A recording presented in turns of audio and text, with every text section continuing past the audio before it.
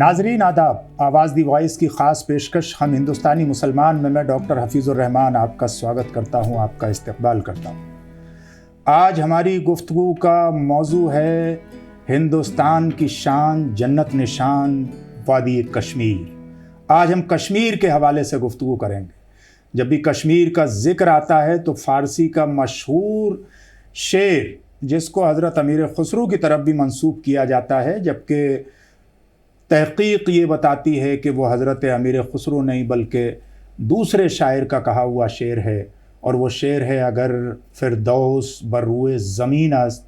ہمین استو ہمین استو ہمین است۔ یعنی اگر جنت کہیں روئے زمین پر ہے تو وہ یہیں ہے، یہیں ہے، یہیں ہے۔ کشمیر کی اگر خوبصورتی ہے، اس کی نیچرل بیوٹی کی بات کی جائے تو جن لوگوں نے گلوبلی سفر کیا ہے وہ اس بات سے سہمت ہیں کہ کشمیر سوئٹزرلینڈ سے بھی زیادہ خوبصورت ہے۔ اگر وہاں کے میوہ جات اور فروٹ کے بارے میں دیکھا جائے تو پھلوں کا بادشاہ ایک طرف وہاں اگر سیب ہے تو بہت سارے زعفران سے لے کے اور بہت سارے میوہ جات وہاں پر پیدا ہوتے ہیں۔ وہاں کی شاہراہوں سے گزرتے وقت چنار کے خوبصورت درختوں کو دیکھ کر یہ محسوس ہوتا ہے کہ جیسے سیکورٹی گارڈ روڈ کے ارد گرد آپ کے استقبال میں، آپ کے تحفظ کے لیے کھڑے ہوئے ہیں۔ ہندوستان کے ایک اور معروف شاعر اور گیتکار ڈاکٹر ساغر اعظمی نے کہا تھا کہ کشمیر کی وادی میں بے پردہ جو نکلے ہو، کیا آگ لگاؤ گے برفیلی چٹانوں میں۔ اگر کشمیر کو مذہبی ہم آہنگی کے اعتبار سے دیکھا جائے تو وہاں ہندو سماج کا انتہائی محترم دھارمک دھرم استھل امرناتھ، شری امرناتھ بھی ہے، جس کے درشن کرنے کے لیے جاتے ہیں، جو ابھی حالیہ دنوں میں چل رہا تھا۔ اور وہیں جموں کے اندر شری وشنو دیوی ہے، وہی صوفیہ کرام کا مرکز شاہ ہمدان سے لے کے نند رشی تک اور للیشوری تک۔ ہم اگر صوفیہ کرام کی تاریخ دیکھیں، اور وہاں کشمیر واحد ایسی سرزمین ہے ہندوستان کے اندر جہاں نبی کریم صلی اللہ علیہ وسلم کے منہ مبارک یعنی بال مبارک کی بھی درگاہ بنائی گئی ہے، جس کو حضرت بل کے نام سے جانا جاتا ہے۔ اور بل ہیئر کے لیے یعنی منہ مبارک بال کے لیے کشمیری زبان میں کہا جاتا ہے۔ جہاں ایک طرف شالیمار باغ، وہاں کا نشاط باغ اور وہاں کا چشم شاہی ہے، وہیں وہاں ڈل لیک کی رونقیں اور اس کے شکاروں میں بیٹھے ہوئے سیلانی کسی بھی انسان کے دل کو اپنی طرف کھینچنے کے لیے کافی ہیں۔ کبھی کبھی کافی عرصے تک کشمیر کو پتہ نہیں کس کی بددعا یا بری نظر لگ گئی تھی کہ وہاں پر ڈل لیک سیلانیوں سے خالی نظر آتا تھا، لیکن یہ فارچونیٹ ہے کہ پچھلے تقریباً 2 سالوں سے سیلانیوں کی تعداد کشمیر میں اتنی بڑھی ہے کہ اب لوگوں کے لیے وہاں پر آسانی سے ہوٹل تلاش کرنا اور فلائٹ میں بکنگ حاصل کرنا بہت مشکل ہو گیا۔ وہیں کشمیر کے نوجوانوں نے اپنے ہاتھوں میں پتھر لینے کے بجائے اپنے ہاتھوں میں قلم کو اس طرح سے پکڑا ہے کہ وہاں کے موجودہ ایک مسجد کے امام کی 2 بیٹیاں ایک ساتھ جو ہے وہ نیٹ کوالیفائی کرتی ہیں۔ وہاں کے بچے کمپٹیٹیو ایگزام میں IAS اور سول سروسز میں اعلیٰ کامیابی حاصل کر رہے ہیں، دیش اور ودیش کی مختلف یونیورسٹیز کا رخ کر رہے ہیں، چاہے اسپورٹس کا میدان ہو، چاہے تعلیم کا میدان ہو، چاہے اور کلچرل ایکٹیویٹیز ہوں۔ کشمیر کی جگہ ہمیں اسی طرح ہمیشہ صف اول میں نظر آتی ہے۔ جس طرح ہمارے دیش کا جب خوبصورت نقشہ بنایا جاتا ہے تو کشمیر اس کا سر یا اس کا خوبصورت چہرہ ہوتا ہے۔ ہم ہمیشہ کشمیر کو اپنے دیش کی آنکھ سمجھتے ہیں، اور 140 کروڑ ہندوستانیوں کے دل میں جو صوبہ بستا ہے اسے ہم وادی کشمیر کہتے ہیں۔ آج اس موضوع پر گفتگو کرنے کے لیے میرے ساتھ اسٹوڈیو میں 2 خاص مہمان موجود ہیں۔ ایک ہیں انتہائی سینئر جرنلسٹ محترمہ آرتی ٹیکو صاحبہ، جن کا تعلق خود کشمیر سے ہے۔ ان کو دیکھ کے بھی اس بات کا اندازہ لگایا جا سکتا ہے۔ ایڈیٹر ان چیف ہیں دا نیو انڈین کی میں ان کا استقبال کرتا ہوں۔ اور دوسرے ایک سینئر صحافی، کئی کتابوں کے مصنف اور سابق ایڈیٹر پٹنہ ایڈیشن انقلاب، ہمارے بیچ ڈاکٹر احمد جاوید صاحب موجود ہیں۔ میں ان کا استقبال کرتا ہوں۔ اسٹوڈیو میں اس گفتگو کو آگے بڑھانے کے لیے، چرچا کو آگے بڑھانے کے لیے میری سہیوگی ڈاکٹر مس ریشما موجود ہیں، میں ان کا بھی استقبال کرتا ہوں۔ سب سے پہلا سوال میں محترمہ آرتی ٹیکو صاحبہ سے جاننے کی کوشش کروں گا کہ جو آج کا موجودہ کشمیر ہے اس کو دیکھنے کے بعد آپ کو کتنی امید نظر آتی ہے مستقبل کے کشمیر کے حوالے سے، آنے والے کشمیر کے حوالے سے؟ پہلے تو شکریہ ڈاکٹر صاحب، آپ نے مجھے اپنے پلیٹ فارم پہ بلایا اور یہ موقع دیا کہ میں آپ کے ویورز کے لیے کشمیر کو بیان کروں۔ دیکھیے، میں کشمیر سے ہوں، میرا جنم جو ہے کشمیر میں ہوا، میں وہاں پلی بڑھی، اور 1990 میں میرا پورا خاندان، میرا پورا گھر، سبھی گھر کے لوگ، ہم لوگ وستھاپت ہوئے۔ ہم لوگ ٹارگیٹ پہ تھے دہشت گردوں کے، اور ہمیں بہت کلیئرلی کہا گیا کہ آپ کشمیر سے نکلیے، یا تو اپنی جان بچائے یا کشمیر میں رہنا تو آپ کی جان جائے گی۔ تو 1990 کا جو وہ دور تھا جہاں پہ ہم نے خون خرابہ دیکھا، جہاں پہ ہم نے لوگوں کی لاشیں سڑکوں پہ دیکھی، اور ہم نے یہ بھی دیکھا کہ مذہب کو بہت کچھ درندوں نے مذہب کا بہت غلط استعمال کیا، اور اس کی وجہ سے کچھ چند لوگ جو ہے وہ مسجدوں میں تھے یا سڑکوں پہ جو اتر آئے، انہوں نے اسلام کے نام پہ دہشت گردی کی، صرف کشمیری ہندوؤں کے ساتھ نہیں، کشمیری مسلمانوں کے ساتھ۔ جو کشمیری مسلمان بھارت کا نام لے رہا تھا، جو کشمیری مسلمان ہندوستان کی بات کر رہا تھا، وہ بھی گولی کا شکار ہوئے۔ تو وہ جو دور تھا، ہم نے دیکھا، ہم پورا خاندان وستھاپت ہوا، پوری کمیونٹی وستھاپت ہوئی، جس کو ہم ایتھنک کلینزنگ کہتے ہیں، کہ جب آپ سسٹمیٹکلی ایک پوری 3 لاکھ سے زیادہ کشمیری ہندو جو ایبورجنیز ہے، جو اس زمین سے ہزاروں سال سے جڑے ہیں، جب سے سویلائزیشن ہے، انڈین سویلائزیشن جب سے ہے، تب سے وہ اس ٹیریٹری پہ رہنے والے لوگ، جب ان کا صفایا ہوا وہاں سے، تو ہم لوگوں کی جو دشا تھی وہ بیان کرنے لائق نہیں ہے۔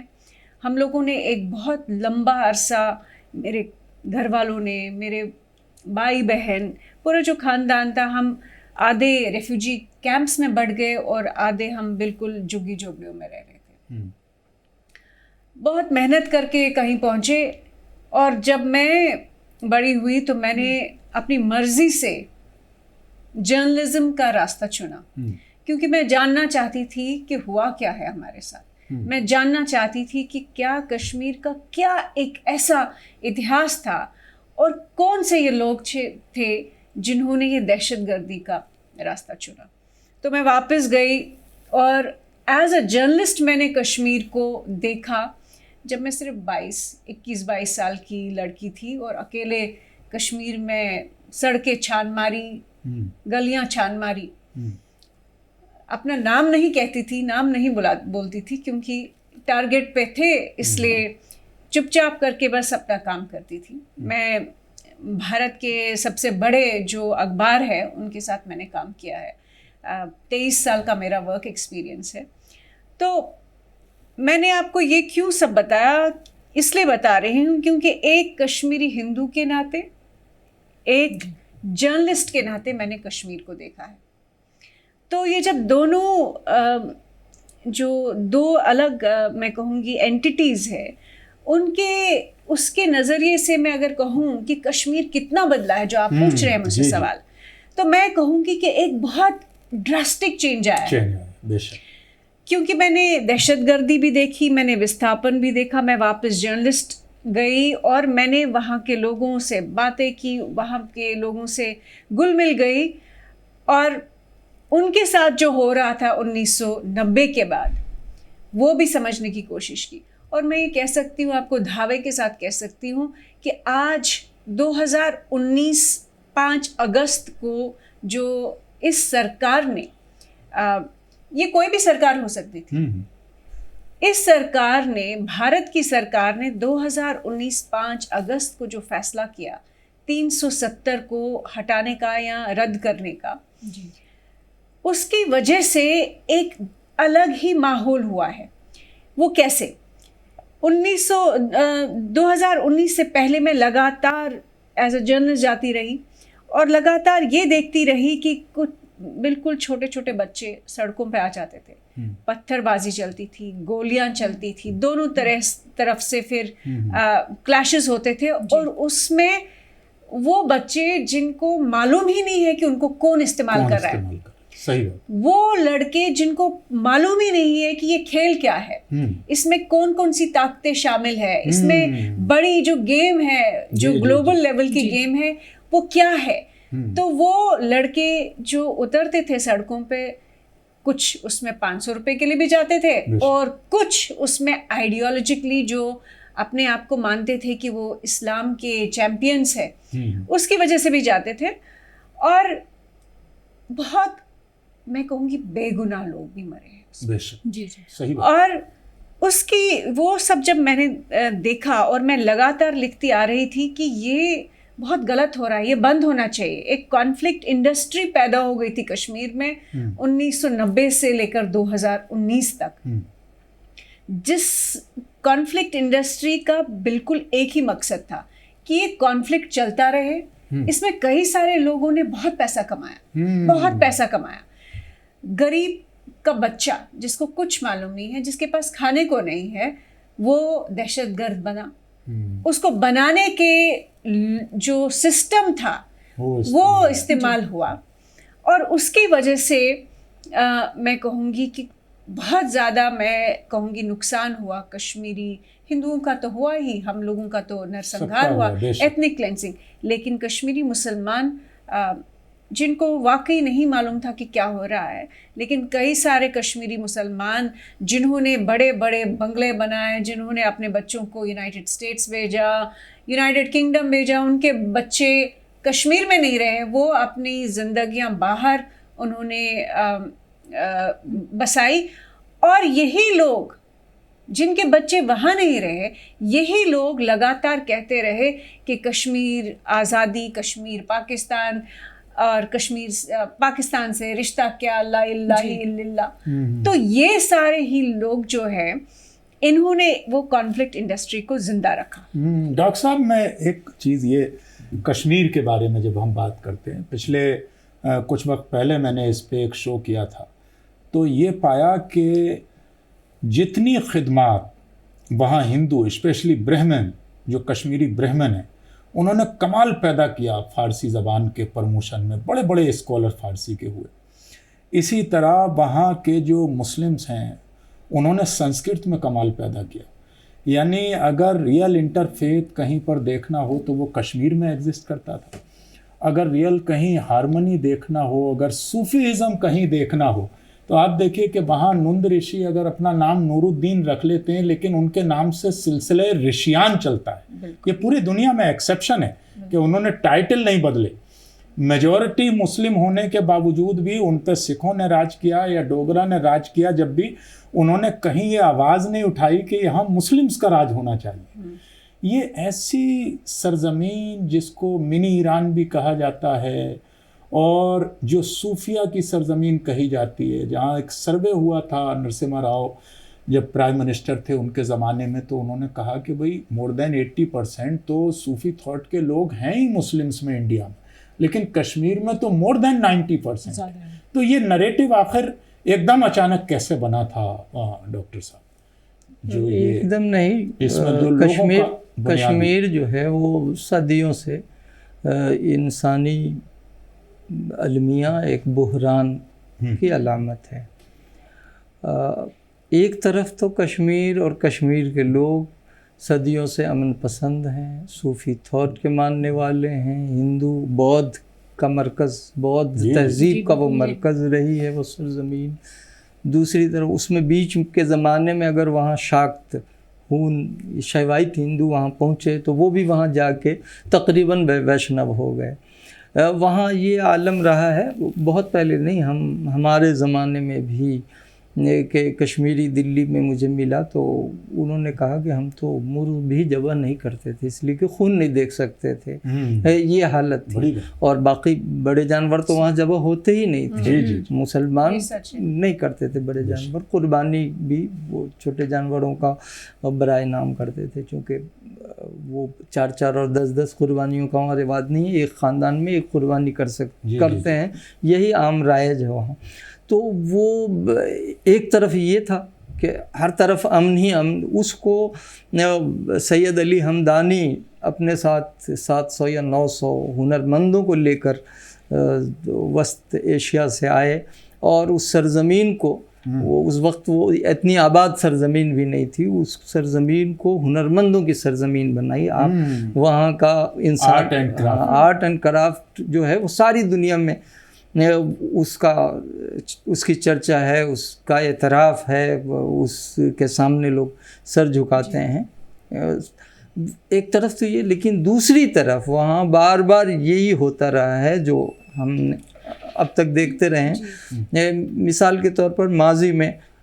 پٹھانوں نے اس پر حملہ کیا اور لگ بھگ 100 سال تک وہاں درانیوں کی حکومت رہی، خونخوار۔ اس کو نجات بعد میں سکھوں اور انگریزوں کے زمانے میں ان سے یا مغلوں نے اسے نجات دلائی، پھر مغلوں کا بہت مختصر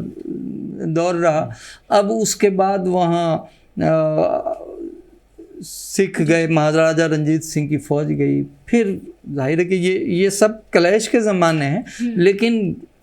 سب سے زیادہ بدقسمتی کی بات یہ ہوئی، وہ وہاں انگریزوں نے اس کو جیت کے بھی حوالہ کر دیا، گلاب سنگھ کے حوالے کر دیا، تو ہندو مسلمان برہمن اور ملا سب مل کے پرامن زندگی گزار رہے تھے۔ تصوف اور وہ آپ وہاں کی ابھی آپ نے ذکر کیا نند رشی یا شاہ نور الدین یا لل دید کی جو روایات ہیں، یعنی خواتین صوفیہ وہاں ہوئی ہیں، اور ان کا بھی ایک سلسلہ ہے، پرومیننٹ اتنی بڑی صوفی ہوئی ہیں، یہ سب سلسلے رہے، لیکن اس کے ساتھ سب سے بڑا عالمیہ پوری تاریخ میں وہ 1947 اور 48 میں جو ہوا، اس نے اس کو 100 سال لگ بھگ اب ہو گئے ہونے کو ہیں، 75 سال تو گزر گئے، اس کو ایک اور بہت بڑا اور ناقابل برداشت انسانیت کے نام پر وہ ایک وہ المیہ انسانیت کا ٹریجڈی، وہ اسے اس انگریزوں کی پولیٹکس نے یا ہندو مسلمان کی پولیٹکس نے، ابھی ہم انفارمل گفتگو کر رہے تھے کہ دنیا میں کیا ہوتا ہے، یہ قرآن میں بھی ہے کہ اچھے اور برے لوگ تھوڑے سے ہوتے ہیں، جب حق غالب آ جاتا ہے تو لوگوں کی بڑی تعداد اس طرف ہو جاتی ہے، اور جب برے لوگ غالب آ جاتے ہیں، بری طاقتیں غالب آ جاتی ہیں، تو زیادہ تر لوگ ادھر ہو جاتے ہیں۔ اس طرح سے ڈومیننسی چینج ہوتی رہتی ہے، ورنہ یہ کلیش اور یہ طاقت چلتا رہتا ہے۔ لیکن کشمیر کے ساتھ جو ہوا ہے وہ میں سمجھتا ہوں کہ جو بری طاقتیں تھیں، جو بدماش تھے، جو کہیے جاہریت پسند تھے، جو طاقت سے حکمرانی کرنا انسان کی فطرت میں ہے، وہ کوئی یہ نہیں ہے، لیکن ان میں جو اسی کو طاقت کی فلسفی پر جو بڑھتے گئے، انہوں نے وہاں کے امن کا، وہاں کے لوگوں کی نرمی کا، وہاں کے وسائل کا، ان سب چیزوں کا استحصال کیا، اور وہ دنیا میں بہت ساری زمینوں پر بہت سارے خطے مظلوم ہیں، ان میں وہ ایک مظلوم ترین خطہ ہے، مقہور ترین خطہ۔ آپ سے یہ میرا سوال ہے کہ آپ یہ بتائیے کہ آج جب ہم دیکھتے ہیں کہ جو کشمیری یوتھ ہیں وہ وہاں سے باہر نکل رہے ہیں، وہ باہر جا رہے ہیں، باہر کے ملکوں میں جا رہے ہیں، وہ آپ جامعہ ملیہ اسلامیہ جو سینٹرل یونیورسٹی ہے، علی گڑھ ہے یا پھر JNU ہے، وہاں پہ آپ بڑی تعداد میں آپ ریسرچر کو دیکھ سکتے ہیں، اور وہ جو ریسرچر ہیں وہ کشمیر سے آ رہے ہیں، ان کا کنٹریبیوشن بہت ہی امپورٹنٹ ہے، اور وہ بہت اچھا کام کر رہے ہیں۔ اس حوالے سے ایک چیز دیکھا گیا ہے جو آج کی بات، یعنی آج کی دور میں ہم دیکھیں تو وہ یہ جو اس طرح کا مطلب ایک وہاں سے نکل کر آنا اور یہاں پہ اتنا اچھا کنٹریبیوٹ کرنا، یہ کس طرح کا میسج دیتا ہے؟ وہ ابھی آپ نے ذکر کیا کہ وہاں حال کے 2 برسوں میں تبدیلیاں آئی ہیں، وہ ایک تو اس کا یہ پہلو ہے کہ اب وہاں ایجیٹیشن اس لیے نہیں ہوتے کہ لوگوں کو لگ گیا کہ ایجیٹیشن اب کارگر نہیں ہے. یہ بات سمجھ میں آ گئی. اس کے لیے بہت محنت بھی کی ہے سرکار نے. وہ ہمارے ستپال ملک صاحب جب اس وقت تھے تو وہ بھی بتاتے ہیں آج کل کہ میں نے لگاتار محنت کی پبلک سے اور نیتاؤں سے ملاقاتیں کی. ایک پہلو تو یہ ہے. دوسرا یہ ہے کہ مشکل حالات میں انسان کے اندر ان کی خوابیدہ طاقتیں اور صلاحیتیں بیدار ہوتی ہیں. آپ صرف یہ نہ دیکھیں کہ یونیورسٹیوں میں وہاں کے نوجوان اچھا کر رہے ہیں, دنیا بھر میں تجارت بھی وہ کر رہے ہیں, ہر شعبے میں. یہ بھی آپ دیکھیں کہ وہاں کے دولت مند ترین لوگ آپ دیکھیں گے کہ وہ بھیک مانگتے ہوئے مل جائیں گے آپ کو.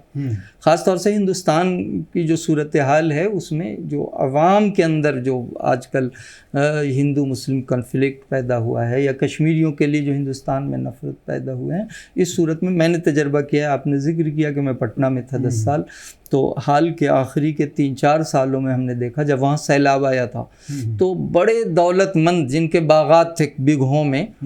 جو کروڑوں کا کاروبار کرتے تھے, وہ پٹنہ آ جاتے تھے. اب آپ کہیں پٹنہ کیوں جاتے تھے, دلی میں کیوں نہیں رکتے تھے, دوسری جگہ کیوں نہیں رکتے تھے؟ تو ملک میں یہ ماحول تھا کہ ان کو پولیس بھی تنگ کرتی تھی, لوگ بھی تنگ کرتے تھے, چاہے سرکار لاکھ پروٹیکشن دے ان کو وہ کرے, لیکن عوامی سطح پر ان کے لیے. اس کے برعکس پٹنہ ان کو محفوظ لگتا تھا, لہٰذا پٹنہ میں گنگا کے کنارے پل کے نیچے کشمیریوں کی ایک بہت بڑی بستی آباد کئی برسوں سے ہو جاتی ہے. اس پچھلے جاڑے میں بھی ایسا ہی تھا, پھر آئندہ جو ہو. بہرحال انہوں نے وہ اس حال میں بھی اگر آپ غور کریں تو وہ امن پسند ہیں. بالکل وہ امید اور نا امید ہونے والے لوگ نہیں ہیں. اس لیے کہ آپ نے ذکر کیا کہ وہ تصوف اور صوفی تھاٹ جو ہے وہ ان کے رگ و ریشے میں ہے. کشمیری برہمنوں کو آپ دیکھیں, آپ میم ہمارے سامنے موجود ہیں, ان کو دیکھیں, انہوں نے ہمت نہیں ہاری اور امید نہیں چھوڑی. امید وہ طاقت ہے جو انسان کو مشکل سے مشکل حالات سے بھی نکال کے خوشحال بنا دیتا ہے. اچھا ڈاکٹر صاحب, میں نے یہ بات دیکھی بھی, اور ابھی شاید 3 یا 4 سال پہلے میں ایک انٹرنیشنل سیمینار میں الہ آباد یونیورسٹی میں گیا. اس کے جو وائس چانسلر تھے, ہی واز آلسو کشمیری برہمن. انہوں نے اپنے انوگرل ایڈریس میں اس بات کو بولا کہ جب بھی کہیں ایسے حالات ہوتے ہیں کسی کمیونٹی کے ساتھ کہ وہ بہت زیادہ مشکل میں ہوتے ہیں, تو پھر وہ اتنی محنت کرتے ہیں کہ اپنی دنیا آپ پیدا کرتے ہیں. جیسے اقبال نے کہا, اپنی دنیا آپ پیدا کر اگر زندوں میں ہے, سر آدم ہے ضمیر کرفقا ہے زندگی. تو یہ چیز میں نے بہت سارے نارتھ ایسٹ کے لوگوں کے ساتھ بھی دیکھی, کشمیر کے لوگوں کے ساتھ بھی دیکھی, کہ یہ لوگ جو ہمارے ساتھ یونیورسٹیز میں ہوتے تھے تو فیل ہونا تو دور کی بات, وہ کبھی 2nd ڈویژن بھی نہیں آتے. وہ یا تو فرسٹ ہوتے ہیں یا ڈسٹنکشنز لے کر آتے ہیں, اور جس فیلڈ میں ہوتے ہیں وہ کمال پیدا کرتے ہیں. رہی بات برہمنز کی, تو امیر خسرو نے تو پوری کتاب لکھی ہے ہندوستانی برہمنوں کے بارے میں, اور جو کشمیر کے برہمن ہیں ان کا تو رشتہ جو ہے, گروپ ایسا ہے جن کا امام حسین سے جوڑا جاتا ہے, اور حسینی برہمن بھی وہاں پر رہے ہیں. تو وہ اپنے آپ میں جو ابھی کی صورتحال ہے آرتی میں یہ جاننا چاہوں گا کہ اس موجودہ اس میں جب ڈل لیک سیلانیوں سے بھری ہے, امرناتھ یاترا شانتی پور ہو رہی ہے, چاہے وہ ویشنو دیوی یاترا ہو, چاہے وہ حضرت بل میں نماز کا منظر ہو, چاہے دوسرے ہمارے جتنے بھی انسٹیٹیوشنس ہیں وہ کھلے ہوئے ہیں, اسٹوڈنٹس سے بھرے ہوئے ہیں. لڑکوں کے ساتھ ساتھ لڑکیاں پہلے سے بھی وہاں تعلیم حاصل کرتی تھیں, لیکن اور تیزی کے ساتھ آگے آ رہی ہیں. تو اس کے فیوچر کو آپ کس طرح دیکھتے ہیں؟ اب جو تصویر ہے وہ آپ کو بدلتی ہوئی نظر آتی ہے؟ دیکھیے, سوسائٹل لیول پہ تو مجھے کبھی شک نہیں تھا کہ میجورٹی جو ہے وہ شانتی چاہتی ہے, اور میجورٹی جو ہے وہ نہیں چاہتی ہے کہ بچے سڑکوں پہ اتر آئے یا مجاہدین بنے یا پاکستان جائے اور وہاں ٹریننگ کر کے آئے. تو میکسیمم لوگ جو ہے وہ چاہتے تھے کہ, اور یہ آپ نے صحیح کلچر کی بات کی ہے, ہسٹری بھی جو ہے اور انفیکٹ یہ تو والٹر لارنس کی کتاب ہے دا ویلی آف کشمیر، اور اس میں انہوں نے لکھا ہے کہ کشمیری مسلم جو ہے اس نے اپنا ہندو اینسسٹری یا ہندو ہیریٹیج جو ہے وہ چھوڑا نہیں، ایون سر نیم تک ان کے یہاں پر وہی ہوتے ہیں۔ اور وہ اس کتاب میں لکھتے ہیں کہ جو انفلوئنسز ہے سوسائٹی میں، جو انفلوئنسز ہے یا جو یہ کلچر ہے پڑھنے لکھنے کا، یہ وہی سے آتا ہے، وہ پرانا ہی اینسسٹری، پرانی ہی ٹریڈیشن اور کلچر کسٹمس ہے۔ تو اس میں تو کوئی شک نہیں تھا مجھے کہ میجورٹی ہے، تبھی شاید آپ بھی جو کہہ رہی ہے کہ جامعہ میں بچے ہے، JNU میں ہے، کئی سارے شہروں میں، آپ پونے جائیے، کوچی جائیے، بامبے جائیے، گوا، کوئی بھی شہر لیجیے، بڑا شہر بھارت کا، آپ کو وہاں کشمیری مسلم بچے ملیں گے۔ کشمیری ہندو تو چونکہ ہم ویسے ہی بکھر گئے تھے 1990 میں، لیکن کشمیری مسلم بچے بھی اپنا مستقبل بنانے کے لیے بڑے بڑے شہروں میں گئے، اس میں کوئی شک نہیں تھا۔ تو پرابلم کیا ہے؟ پرابلم یہ ہے کہ جو پولیٹیکل لیول پہ جو کشمیر کا ایشو مین اسٹریم پولیٹیکل پارٹیز نے بنایا، اور وہیں سے یہ سارا سیپریٹزم، وہیں سے یہ ساری جو ریڈیکل آئیڈیالوجی ہے وہیں سے نکل کے آتی ہے کہیں نہ کہیں۔ جب آپ کے من میں اور آپ کے دماغ میں کوئی سندے ہی نہیں ہے، کوئی شک ہی نہیں ہے کہ آپ کی نیشنل آئیڈینٹی کیا ہے، آپ کو میں پوچھوں تو آپ صاحب بولیں گی کہ میں انڈین ہوں، جی بالکل، لیکن اگر آپ کو آپ کے جو رہنما ہیں، آپ کے جو ریپریزنٹیٹیوز ہے، یا آپ کے جو مولوی ہے، جو پورا سوسائٹی میں جو ہوتے ہیں لیڈرز ہوتے ہیں، پلیئر جو لوگ بھی، ہاں، جب وہی آپ کے دماغ میں شک پیدا کرے کہ نہیں آپ یہ نہیں ہیں، آپ کچھ اور ہیں، تو اس کی وجہ سے جو پولیٹیکلی جو ایک ماحول بنا کشمیر میں، اس کی وجہ سے دھیرے دھیرے دھیرے کر کے ہم نے 90 تک پہنچ گئے۔ اب 2019 میں جو اس سرکار نے کیا وہ کنفیوژن ہٹا دیا، اس کی وجہ سے عام آدمی، عام جو کشمیری مسلمان ہے، اب اس کو کوئی کنفیوژن نہیں ہے کہ وہ کیا ہے، اور اس کی وجہ سے کیا ہوا ہے، اس کی وجہ سے عام آدمی جو ہے وہ دہشت گردی کی طرف نہیں جانا چاہتا ہے۔ لیکن ایک چھوٹا سا پوائنٹ، جی اتنا کچھ بدل گیا، اچھا ماحول ہو رہا ہے، ٹورزم اچھا جا رہا ہے، سب کچھ اچھا چل رہا ہے، نارمل سی لگ رہی ہے، لیکن جب تک آپ کا مین اسٹریم پولیٹیکل جو سسٹم ہے اس میں جب تک چینج نہیں ہوتا ہے ڈسکورس یا نیریٹو، وہ ابھی بھی آپ دیکھیں گے نیشنل کانفرنس PDP وہی۔ لیکن آرتی جی میں ایک چھوٹا سا سوال کا جواب چاہوں گی آپ سے کہ جو یہ انفراسٹرکچر جو ابھی گورنمنٹ اتنا بجٹ دے رہی ہے، ٹنلس بن رہے ہیں، وہاں پہ ہائی ویز بن رہے ہیں، روڈس بن رہے ہیں، یہ ساری چیزوں پہ وہ انویسٹ کری، اچھا خاصا ایک بجٹ کشمیر کے لیے اس نے دیا ہوا ہے، تو اس کو آپ کس طرح سے دیکھتی ہیں؟ کتنا پازیٹیو ہو سکتا ہے کشمیر کے لیے؟ یہ بہت اچھا آپ نے پوچھا۔ دیکھیے میں ہمیشہ سے یہی کہتی آ رہی ہوں، آپ جب تک انسینٹیوز نہیں بنائیں گے کشمیر میں تو پورا دیش جو ہے وہ کشمیر کو نہ سمجھ پائے گا، نہ جان پائے گا، اور نہ ہی وہاں جا پائے گا۔ اور بچے بھی جو ہے کشمیری ہندو اور کشمیری مسلمان بچے جو پڑھے لکھے ہیں، جو انٹیلیجنٹ ہے، جن کو کریئر چاہیے، وہ نہیں جا پائیں گے کشمیر جب آپ انویسٹمنٹ نہیں کریں گے۔ تو سرکار نے جو انویسٹمنٹ کی ہے، جو پرائیویٹ سیکٹر جب آ جائے گا اور جو بزنس اپرچونیٹیز کریٹ ہوں گی، تو بالکل بچوں کے لیے، صرف کشمیری ہندو اور مسلم بچوں کے لیے نہیں، پورے دیش کے بچوں کے لیے اپرچونیٹی کریٹ ہوگی، اور بہت ہی میں کہوں گی اس میں آپٹمزم ہے۔ جاوید صاحب میرے ایک چھوٹا سا سوال آپ سے یہ ہے، آپ مجھے یہ بتائیں کہ ابھی ریسنٹلی G20 سمٹس جو کشمیر میں ہوا ہے وہ اس کو کافی اچھے سے میڈیا نے کوریج دی ہے اور اس کا امپیکٹ کافی پازیٹیو دیکھنے کو مل رہا ہے، تو اس پہ اسے آپ کس طرح سے دیکھتے ہیں؟ یہ کشمیر کے لیے کتنا فائدہ مند ہے؟ اس کے دونوں پہلو ہیں، ایک طرف تو ہماری سرکار نے کوششیں کی ہیں، ایک میسج دینے کی کوشش کی ہے اور وہاں وہ کیا ہے، دوسری طرف اس کی وجہ سے طرح طرح کی ظاہر، ابھی میم نے بتایا کہ وہ جو پولیٹیکل نیریٹو ہے اسے چینج ہونا ضروری ہے، اور پولیٹیکل نیریٹو آسانی سے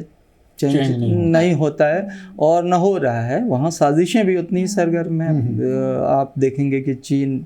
اس کے خلاف سرگرم ہے. پاکستان میں خیر سے وہ آپس میں ابھی لڑ رہے ہیں، ورنہ ادھر بھی ظاہر ہے کہ ادھر ہی توجہ رہے گی. دنیا کے اور کئی ملکوں کی طرف سے اور نیشنل انٹرنیشنل ایجنسیاں کوشش کریں گی کہ اس صورتحال کو وہ کریں. میں یہ کہتا ہوں کہ سیاست نے اسے خون کا دریا میں ڈبویا، اور سیاست ہی دنیا میں اسٹیٹ اور سیاست سب سے بڑی چینج کے لیے سب سے بڑے فیکٹر ہوتے ہیں. سیاست ہی اسے چاہے تو پوری طرح سے اور پائیدار طور پر تبدیل کر سکتی ہے صورتحال کو. تو سیاست کو چینج کرنے کی ضرورت ہے، اور اس کے لیے کشمیر کے عوام بھی سیاست پر دباؤ بنائیں، اور ہندوستان اور پاکستان کے لوگ بھی سیاست پر دباؤ بنائیں کہ وہ اپنا نظریات چینج کریں. عوامی کہتے ہیں کہ وہ سفارتکاری کئی دفعہ ہوئی ہے بیچ میں. وہ کلدیپ نیر جب تک تھے اس پر بہت موومنٹ چلاتے تھے یہاں اور پاکستان، دونوں طرف بیداری لانے کی کوشش کرتے ہیں، عوام کی طرف سے دباؤ بنانے کی اور ان میں بیداری لانے کی کوشش کرتے تھے. تو اب اس کی بہت ضرورت ہے. ابھی جو امن ہے اس کو آپ خاموشی، ایک طرح کی بامانی اور معنی خیز خاموشی آپ کہہ سکتے ہیں، اور اس کے اثرات جو مثبت آ رہے ہیں سامنے وہ آپ دیکھ رہے ہیں. لیکن اس کو آگے لے جانے کے لیے بڑے نازک مرحلے سے گزرنا ہوگا، اور بڑی کوشش کرنی ہوگی، بڑی جد و جہد اور حکمت سے کام لینی ہوگی. اور عوام چاہے تو ان کو بدل سکتے ہیں. سیاستدان کو ایک ڈیموکریٹک اسٹیٹ میں عوام ان کو چینج کر سکتے ہیں. بہت بہت شکریہ. چونکہ ڈیموکریسی میں طاقت عوام کے ہاتھ میں ہوتی ہے، اور اگر عوام اپنا اچھا مستقبل لکھنا، اپنا اچھا فیوچر بنانا چاہے، اپنی نسلوں کے آنے والے کل کو بہتر بنانا چاہے، تو سیاسی لوگوں پر بھی وہ یہ دباؤ بنا سکتی ہے کہ ایک ایسا نریٹو ہونا چاہیے جس میں کسی کے ہاتھ میں پتھر نہ ہو بلکہ کاپی ہو، قلم ہو، پھول ہوں. جگر مراد آبادی نے بہت ہی خوبصورتی کے ساتھ کہا تھا کہ ان کا جو فرض ہے وہ اہل سیاست جانے، میرا پیغام محبت ہے جہاں تک پہنچے.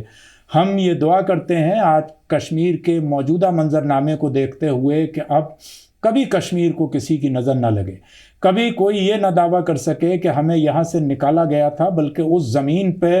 ہمیشہ ہر کسی کے لیے ویلکم ہو. جس طریقے سے اسلام میں الخلق و عیال اللہ کا تصور ہے، اسی طریقے سے ہماری ہندو فلسفی میں اور ہندوستانی فلسفی میں وسودھیو کٹمبکم کا تصور ہے، اور وہ تصور ہر ہندوستانی کے لیے اور ہر آنے والے سیلانی اور مہمان کے لیے ہو. جہاں کشمیر کی مہمان نوازی، انسانیت، وہاں کا آرٹ اینڈ کرافٹ فیمس ہے، وہ اپنی منفرد تہذیب، اپنی خوبصورتی اور اپنی نیچرل بیوٹی کے لیے جانا جاتا ہے. اسی طریقے سے وہاں ہمیشہ کے لیے شانتی اور سدبھاؤ بنا رہے. اگلے ہفتے پھر نئے مہمانوں کے ساتھ کسی نئے موضوع پر حاضر ہوں گے. میں اپنے دونوں معزز مہمانوں ڈاکٹر احمد جاوید صاحب اور محترمہ آرتی ٹیکو صاحبہ کا بہت بہت شکریہ ادا کرتا ہوں کہ آپ ہمارے اسٹوڈیو میں آواز دی وائس پہ تشریف لائے اور آپ نے